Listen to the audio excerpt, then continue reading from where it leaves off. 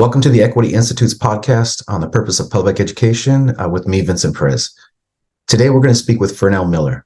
Fernell is a longtime educator. She's been in the classroom for 40 years in PE because from her perspective, as she notes, everyone must take PE. And so every student is going to see her beautiful Black self.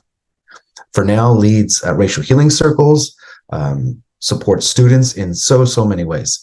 You can find her at therootofus.com. I consider Fernell a life mentor, certainly a mentor in the field of education and in DEI. Her wisdom and her way are always so giving and loving, and she brings truth and transparency and a deep care for all that she's holding in a space. Please welcome Fernell Miller. Thank you so much for taking some time with us, Fernell. I'm so excited to have you here for this interview. For our audience, could you please tell us a little bit about who you are and what is your connection to public education? Yes, but first, thank you for having me. I'm so excited for this series and to be with you and to have the purpose of what you're doing this for. I'm like, yes, finally, we get to talk about the real stuff. And for those of you who haven't met me yet, I'm Fernell Miller, and I am an educator in a predominantly white school district. This will be my 40th year, and I am from a long line of teachers. Both my parents are educators. My dad was a principal. Their parents, both sides, educators. Their siblings, educators. So all my aunts and uncles, my own siblings from the college. My oldest sister just retired from the University of Michigan, Dean of Students for the Culinary Arts, to I'm all the way in elementary school and have been K-12. All of my siblings, my own children are educators. Collegiate to my son works here with me at the elementary school, and I did not want to be an educator because I couldn't. Being strapped in a chair all day, it goes against my every grain of who I am. I need to be connected to nature. I need to be outdoors. That's my core. I need the air. I need to have access to mountains and water and I don't know why we're trapped in these buildings. Like, what is this? And so it was one Black educator, the only one I've ever had in my life, who was a PE teacher, not even my teacher, across the gym that I could see. And he got to teach outside and in shorts all day. I'm like, oh, I can do that. And so I returned to the place where my education began. My folks were educators in South Dakota. That was where they migrated from the South and where they could get a job as educators. Educators were being pushed out everywhere. I'm only finding out that my mother, in this last 3 years, I found out that my mother was a teacher of the year back in the 50s. I didn't know that. And of course she was. Like, look at all of us educators. Like, oh, of course she was, but she wasn't invited to the ceremony and wasn't honored because whoever turned in her paperwork and they loved it and they honored her, but found out she was a Black woman and then said, oh, we'll just slip this under your door and pretend it didn't happen. So that's probably why I'm not hearing about it because of anyway. And teachers of the year don't go around, bragging about that anyway. They're just doing what they do. So that educational process brought me back to my own school experience where, so the first school experience, I already knew how valued I was and how validated and visible my representation, Black and brown students and families, and we were centered and honored and revered in that world in our neighborhood. And then when we moved away from there up to Washington, predominantly white, everything was upside down, inside out, and backwards. And so that's why I'm coming to you to answer this question about what's the purpose of education. I know the purpose because it's to ingrain in something that pulls you away from your authentic self, your humanity, and tries to insert something else into who you should be and what you need to show up like. And it was very clear to me that, this education it's not for me. This school should feel like love, like how I came from, not a chokehold with a smile. Like, come on, you're going to do this, and then smile about it. That's what it felt like to me the whole time. And I can play school, oh, beautifully. I can sit in the chair and smile at you and give the answers all the I'm not learning a thing because I'm just learning what you want me to say and how to want me to show up. And basically the goal is how to be white. And I'm like, I'm not, and I don't want to be. I want to be me. And so all my educational years, when I got into this white space, I didn't understand this face that white educators and people would make at me. I call it that white glitch face. And it's like the shock of how dare you, little 7-year-old Black girl, know who you are, know how valued you are, know how brilliant and brave and beautiful and creative you are. How dare you show up like that when you should be in this little small box over here where we don't have any expectations. We've erased you from any curriculum. We've dehumanized you the way we talk about you. If we talk about you and your people in the curriculum, we make sure to give you no opportunities to shine or show the brilliance that, you just go sit in that corner and wait until the day is done. I could go through an entire day of school, never breaking the seal on my lips. Now, guess what I learned? This is not for me. I'm a complete advocate of education. I love to learn. Everybody loves to learn. I didn't know it was a job. I just thought let's go to my parents in school. And that's just how you live, is by learning. And so that's how I knew, this school building, this way, and this isn't about learning. This isn't about education. This is about, you're trying to make me somebody I'm not. And so I'd say, no, thank you, and skip away. And everybody would go, oh my gosh. A defining moment in my education, I could put myself in the seat exactly the moment that what was happening. And when we moved into Washington, white space, they wanted to put all my siblings and myself back a grade. They didn't believe that we knew what we knew and were all of this. And so here I am back in like a pre-K or pre-kindergarten grade, and I'm reading the books to the class and teaching everybody their color. I'm in second grade already, but I'm back in this pre-K class. And so my artwork, my handwork, my writing would never be on the wall with everybody else's. Where's mine? Where's mine? Where's mine? And I finally got this picture I love so much. I used so many colors. It's all inside the line. It was so creative. Like I was doing the universe on this paper. And to put it up next to all the papers, my teacher took it and put it in the garbage. I didn't speak the rest of the day.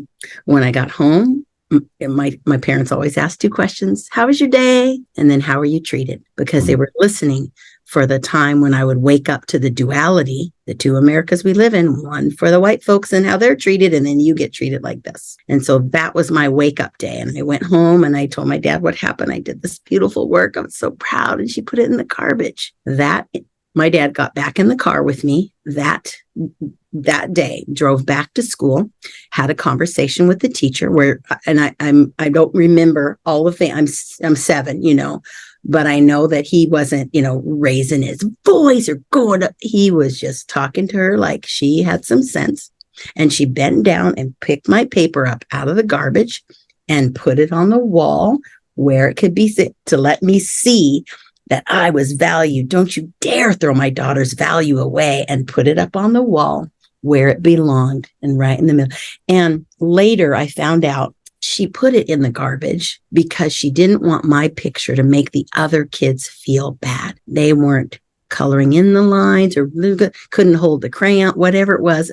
That wasn't my problem, but it was okay to make me feel bad at the sake of the rest. And that's what I have seen in my experience, not only my children, the children I teach now to this day, that's still happening. It's okay that the Black kids are dehumanized, don't feel good, leave thinking that they're less valued. All those things are still happening this very day, which is why I needed to come back to an educational system like that I went through and mess it all up. Meaning just being here, my presence, my beautiful Black skin. I don't even have to open my mouth or break the seal because that's disruption enough. I shouldn't even be here. How dare you be an educator alongside me? That was the response of educators who I went through the school, and then I came back to the same system, school district to teach. And some of them wouldn't teach alongside me because, well, if you can do it, it must devalue me. So so I haven't stopped experiencing that yet. Ruby Bridges and I are maybe 6 years apart, and I have never not had a Ruby Bridges experience. Starting, I'm looking for here it is. Every single one of my school pictures, I'm the only one. And the other one that you see, black face in there, is my son. And after I retire this year, there are no Black educators in front of students on a daily basis in the entire district as I leave. Wow. And What size is that district? 36,000 students, 2,200 teachers, the most richest, resourced, beautiful school district in the Northwest. And I can't name another Black teacher coming behind me. And I don't even have a word really for it yet. I'm really still kind of not in shock, but surprised and disgust. Like people don't even know. I just shared with my staff, like, did you know you're teaching? What I've always been like one of 5, one of 8. And the other 2 are my older sister and my own son. So like 3 of us make up 30% of it. So in other words, there used to be more and they were pushed out. We had a superintendent who wanted to make North Shore great again. You know how that goes. And so it's very difficult to accept what the reality is. And we want to believe that we're making such strides and doing so great. We're finally talking about equity and our humanizing and all the things, bringing history. We're getting ethnic studies, all these things. But do you realize where you've been teaching and where you live and where you are in the most resourced, rich, and racist school in the district, in the state? And it's not just this school. It's Washington. The population variance is so low. I'm so racially isolated. I can go months without seeing myself in a store. I never see myself out in a park or anything. Remember, I'm an outside person, and I never see Black women outside. I don't see.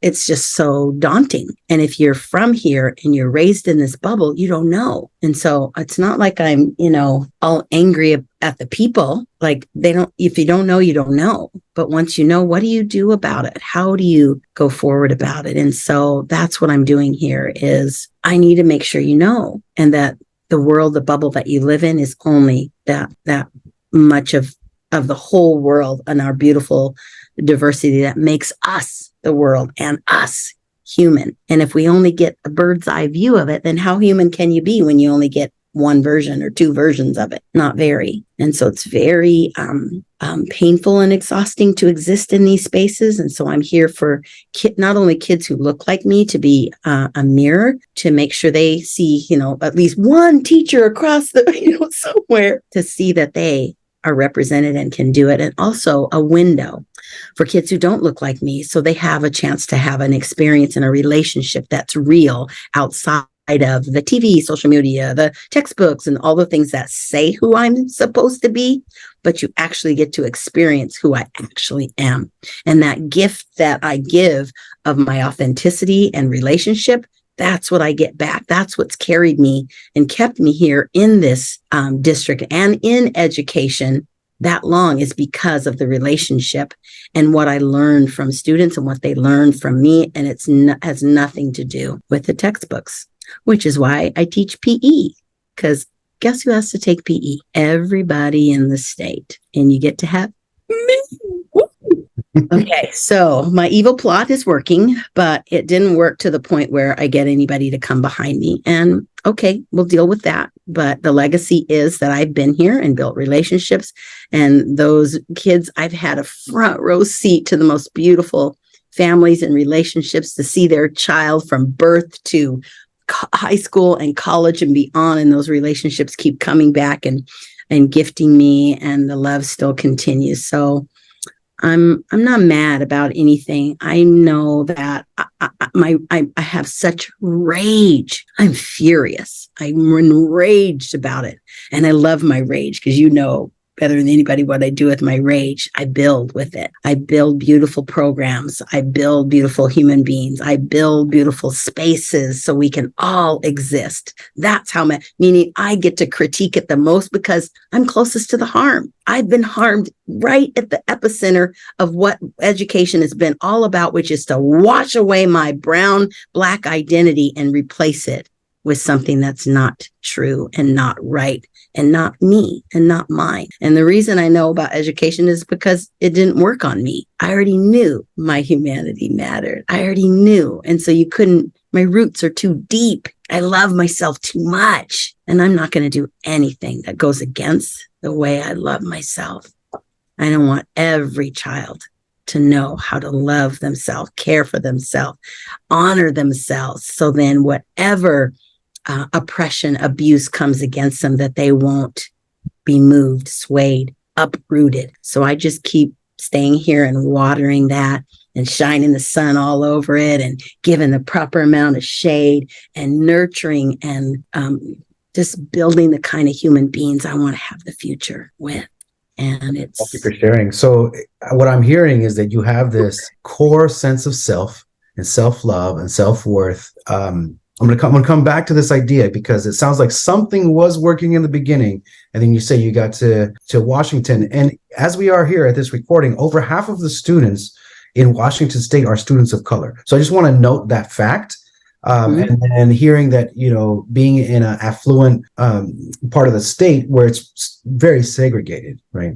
Still. Very. Especially among the professionals and the teaching professionals that you work with. So I recently read an article, very short, by Dr. Bettina Love, that keep talking about this equity gap, or this, in terms of students, Black and brown students, achievement gap, right? They're not performing as high. And she says, we need to really examine this word gap and talk about the harm. When we're really talking about gap, we're really talking about harm. Why are our students not performing academically if they're not being harmed? Like, something is very clear. But your fortitude, you're amazing to me, because how could you take this from a child and then 40 years in the teaching profession, being bombarded, daily, being one of the few Black educators in a giant district for decades, and you hold this down. And I just want to applaud you and say, thank you. That's an amazing amount of just sheer, I think, will, but you speak to the self-love. So if the purpose of public education is really to take away who you are and say who you are does not belong here, especially for Black and brown youth, where did you get this original rooted self-worth? You mentioned something in South Dakota. What was happening there? Was that at school? Was that just family? Can you talk a little more about what was really working? So, and thank you for that. I received that, acknowledge that. That means a lot coming from you, because you are my favorite educator. And I didn't learn it in a book. I can't even point to any study. I love Bettina Love. I can't, there's nothing on any shelf, anybody's curriculum that gave me this. I grew up in Circle. I didn't know it was Circle, because that's just how that's how we roll. I thought the whole world was like that. And what I mean by that is my parents, and again, we were, a little isolated too, but my parents would sit us down every time. And this was breakfast, lunch, dinner. Didn't matter where it was. We were circling in the car rides, wherever we were. And everyone's voice mattered. Everyone got to speak and share. We didn't talk over each other. We didn't interrupt each other. We listened to each other. So we got to learn what was going on. And my parents were great listeners, because they were listening for certain things. So then they could say, oh, here's what that is. And they would name it. So it wouldn't stick to who I was. And so when I would talk in school about, I had to go stand in the hall or take my test out in the hall because the teacher thought I was cheating because I was getting the best grade. I'm like, who am I cheating off of? I don't even get it. But I'm being discriminated against. I'm being dehumanized. And so they would name those things. So then it wouldn't come back on my identity like I'm doing something bad or wrong or I cheated. Like, no, that they would point out very clearly what was happening, and ask any 7-year-old Black girl. They'll tell you exactly what's going on in the world. They'll tell you the duality. They'll tell what this is, and they may not have the words and the language for it, but it shows up in language like, well, something's not right. Something ain't right. They did this. They did that. They can describe the dehumanization. They can describe the discrimination. They can describe the racism, but they don't have those words. And so, my parents were good at taking that, what we were talking about, and making sure it wasn't, that's not us. That's that. That's why when I got into white spaces in education and all of those things start happening, I never once thought anything was wrong with me. I'm like, y'all, something's wrong with y'all. Like, what's that? What's that face about? Why you treat me like that? Something's wrong with you and your system, because I know who I am. I know I'm smart. I know I'm strong. I know even when I'm not feeling good, I know it's me. I trust me. I'm safe with me. I know who I am. Even just in the medical system, I was a gymnast in my athletic, and I hyperextended my knee in high school, and had a huge injury and went in, and it was over Christmas break. And so doctors are away on vacation and all the interns are left. This intern almost cost me my leg being amputated because they were doing, the racism in the medical system. And she experimented and opened me up surgery all by herself, just going to go check out, and then sewed me back up, didn't fix anything or do anything, but she put on a big cast, and then it cost me a blood clot, all this stuff. Again, my father shows up just like the teacher incident. And again, if I didn't have the support and parents to go in and name, this is what you're doing and you will fix it or you will have consequences. So like that teacher I had, I don't know if she got to teach there after that year, or even me, or I got to move up to the proper class where I was. Like, I don't even remember what happened, but it was over, done. So I had validation behind me that backed up who I was. That's what Black brown kids, they don't have validation to back up. Nobody believes them. That's why Black people have to videotape everything. There's the follow through doesn't happen. And I had that as a child. I was centered, my voice, I was believed, and I was believed to the point that my parents would show up and shut that down and fix it and turn around. They usually end up educating. I'm sure the teacher had to take their diversity courses or something, but just that's the circle. The circle is first the humanizing of how we held space. I didn't know that was a thing until like maybe even 5 years ago, like, oh, I'm practicing indigenous practices and African practices of circle and holding space and restorative, like all of that was like, that's a whole thing. I didn't study that.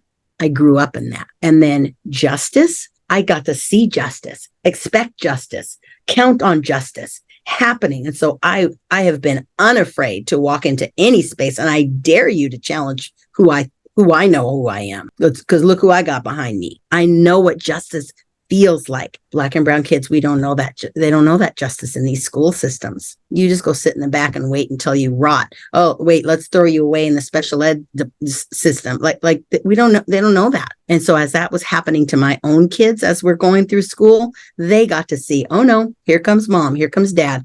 Justice is happening. We have to see it. Otherwise, how do we believe and know our worth? I was worth fighting for, and I got to see it all the time. So 40 years then in the classroom, I imagine there's two parallel systems happening, especially around your sphere. There's what you mentioned as the purpose of public education, which is to take away and make you a certain thing or a way that that for many of us are not. But there's also this other function that you're saying, which actually is self-love, right? When I think about emancipatory education, especially at an elementary level, what can we help young people do except for really figure out how and to love themselves on a daily basis? So I imagine you're doing that. I imagine you're doing that for your kids.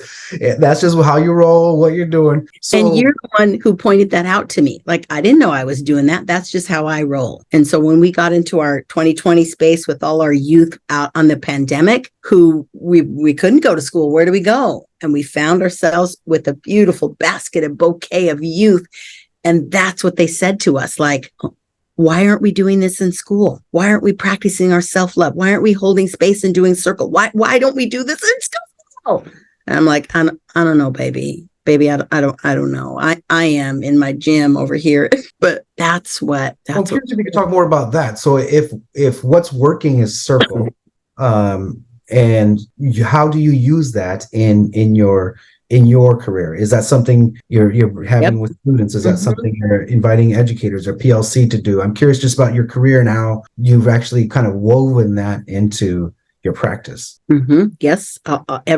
I don't know if you can see my nameplate. I have three things. I need truth spoken where I am. So there's transparency and I can build trust and I want to come back again. If there's not truth, we're going to beat around the bush. We're going to talk. I can't be involved. I just, my core of myself, of how I love myself. I can't be with a lie. So everywhere I show up, the truth is going to happen. And kids learn to trust me quickly because I'm truthful with them. I'm transparent. I'm not a different person in front of kids than I am with adults. Kids have told me that all along. I'm like, oh, and I didn't know that either. I'm like, do people do that? Because I don't know that was a thing either. So when I show up in a meeting or a staff meet or wherever, that I'm holding space in that way. I get interrupted a lot because of anti-Blackness and all those things, but still, first thing is I have to show up fully who I am because I am the circle wherever I go. It's not that, oh, we're going to structure ourselves and sit in a ring and we're going to do no. It's how I show up. I'm the circle first. And so those who are with me, near me, that happens. And sometimes that's, 2 people, 3 people. When I come to, it's 300 people because of the way I hold space. And when I'm in my online and racial healing circles and all that, I'm very deliberate about how we hold the space, meaning people who are closest to the harm are speaking first, and I yield to youth. Youth are always centered and speaking first. And then Black and brown women, Black and brown men, and all the way out, and give the gift to those who've been on the oppressor's side. Give them the gift of listening first, to close your lips and have them sealed so then you can use these and not have to be on that pedestal of having to know everything. Whiteness, we yield to whiteness. White people speaking in the space and taking it all up, white accomplishments and science and this and that, it is trusted. And so we just wait in the margins and wait for a turn to speak. And so I upside down that. That's collapsing the hierarchy. That's holding space in a different way. That's the kind of circles I hold and have. And so it doesn't matter what I'm doing, a class, a meeting, online. That's what's happening when I'm present. And then I'm sharing that so then other people can do that too. One of the things I love to share is I put my phone on the stopwatch mode, and when it's my turn to speak, or when I speak up in a circle, I start my stopwatch and then I speak, and I stop it. My record is about 28 seconds before someone interrupts me or pushes back on what I said, or it falls stone silent, whatever it is. And I use my clock to hold up to say, gosh, about 28 seconds and a lesson about anti-Blackness. Look at how it's so ingrained in us that you couldn't let me even talk past 30 seconds before you push back. And then I invite them to start your stopwatch and set it aside with a little tally. And when I start speaking again, see how that rises up and what you want to interrupt or say.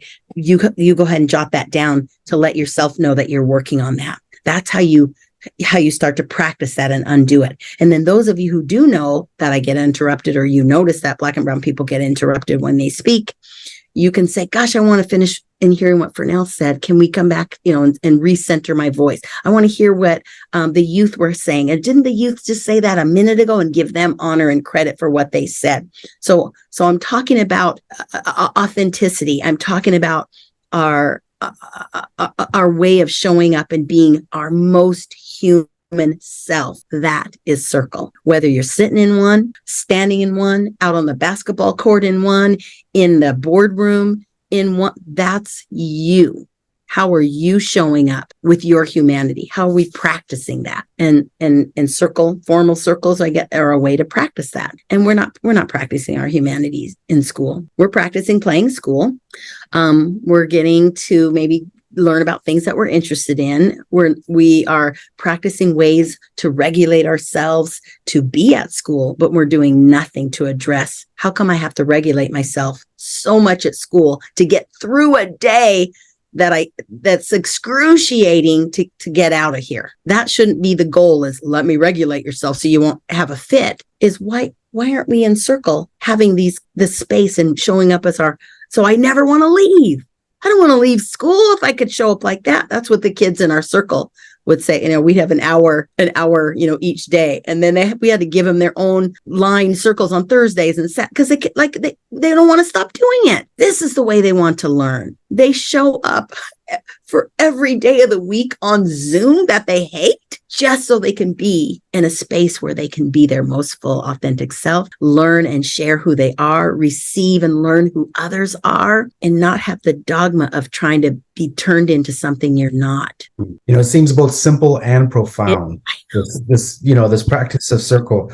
You're reminding me of the work I get to do at Green Hill School, which is the state juvenile facility, and circle, smudging, opening, having a little ceremony, and just and passing the word, passing the medicine, a sage or and when students say, honoring our human. For these few hours, I feel like I'm not locked up. Right. I've heard that over the last 10 years, multiple times. And it's all we're doing is witnessing and listening and giving everyone an opportunity to share. It's where I can be the most human. And if I could do that, look what I could do if my humanity got to be centered and shined and supported and seen.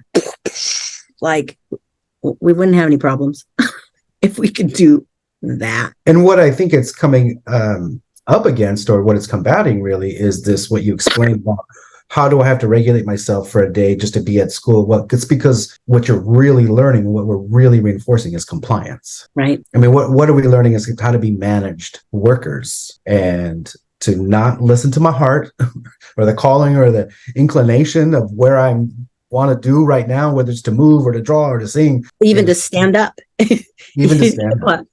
Right. I got a breath on that one.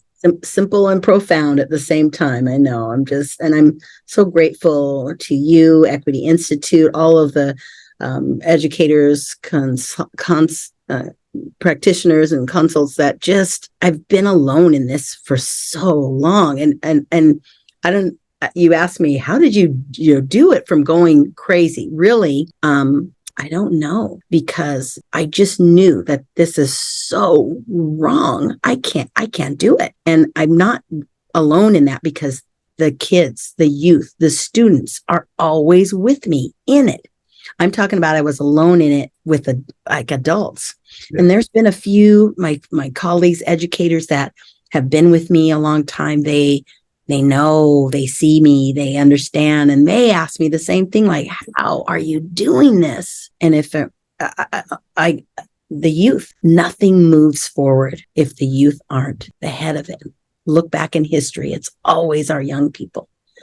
And so if you don't have relationships with young people, you are missing the whole point. And the relationships that are real. I'm not there to try to teach them anything.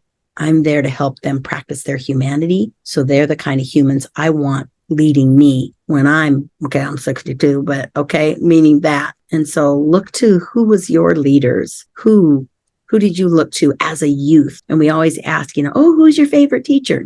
I'm talking beyond that. Who do youth have to look up to? We have let them down in so many ways, us adults, and I don't want that on my watch.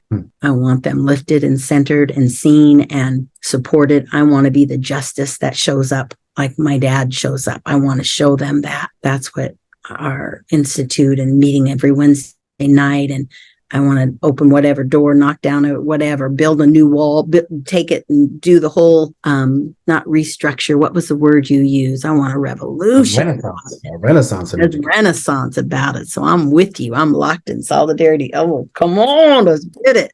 Reinventing. So if there was a call to action then for our listeners, what would it be? It sounds like you're kind of getting at it here, which is just to connect with young people, but right. very clearly, like what would a clear call to action be? Okay.